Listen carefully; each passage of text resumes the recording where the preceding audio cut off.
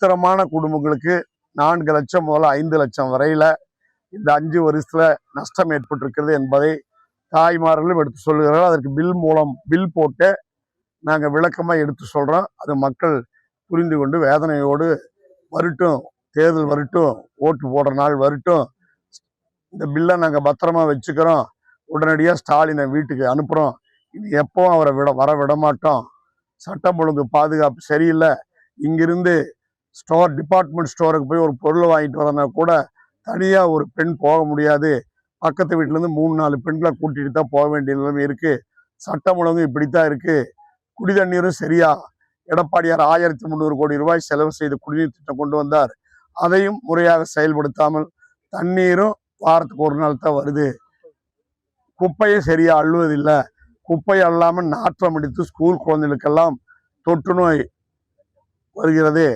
எங்கே பார்த்தாலும் கஞ்சா மற்றும் மெத்தபெட்டமைன் மற்றும் போதை வஸ்துக்கள், கள்ளச்சாராயம் இப்படி ஏகமாக நடமாடுகிறது, குழந்தைகளை வெளியே பள்ளிக்கூடம் அனுப்புறதுக்கே பயமா இருக்குதுன்னு தாய்மார்கள் சொல்றாங்க.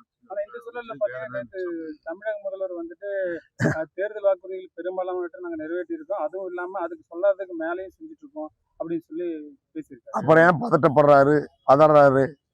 என்ன நிறைவேற்றினாங்க, என்னென்ன திட்டங்களை நிறைவேற்றிக்கிறாங்க? கல்வி கடன் தள்ளுபடி பண்ணிட்டாங்களா?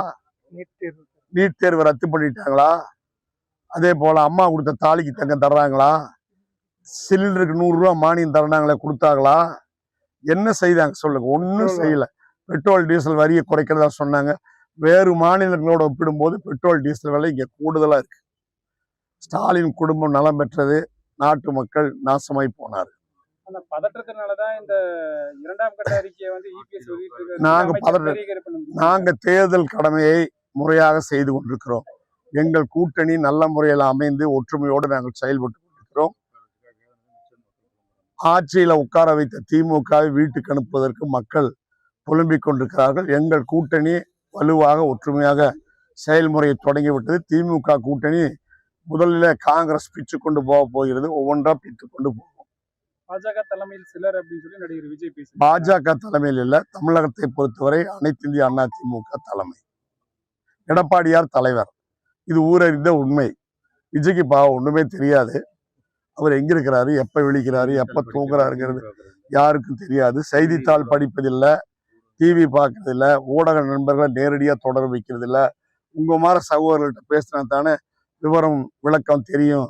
அவர் பேசுறது 3-4 பேர் புஷி ருஷி ருஷி இந்த மாதிரி ஆளுகளோட பேசுறாரு. அதுக்கு தகுந்த ரிசல்ட் தான் கிடைக்கும்.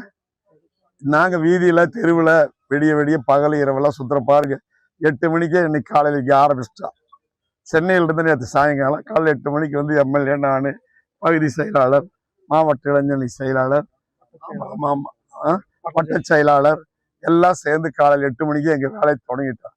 இந்த எக்ஸ்பிரஸ், எடப்பாடியார் எக்ஸ்பிரஸ் செயின்ட் ஜார்ஜ் கோட்டைக்கு போய் மே மாதம் எடப்பாடியார் முதலமைச்சராக பொறுப்பேற்பதை எந்த கொம்பாதி கொம்பனாலும், விஜய் அல்ல, எந்த கொம்பாதி கொம்பனாலும் தடுக்க முடியாது. எம்ஜிஆர் ஆட்சி, அம்மா ஆட்சி எடப்பாடியார் தலைமையில் அமைந்தே தீரும்.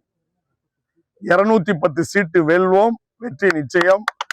வெல்வதே லட்சியம், வெற்றியே நிச்சயம்.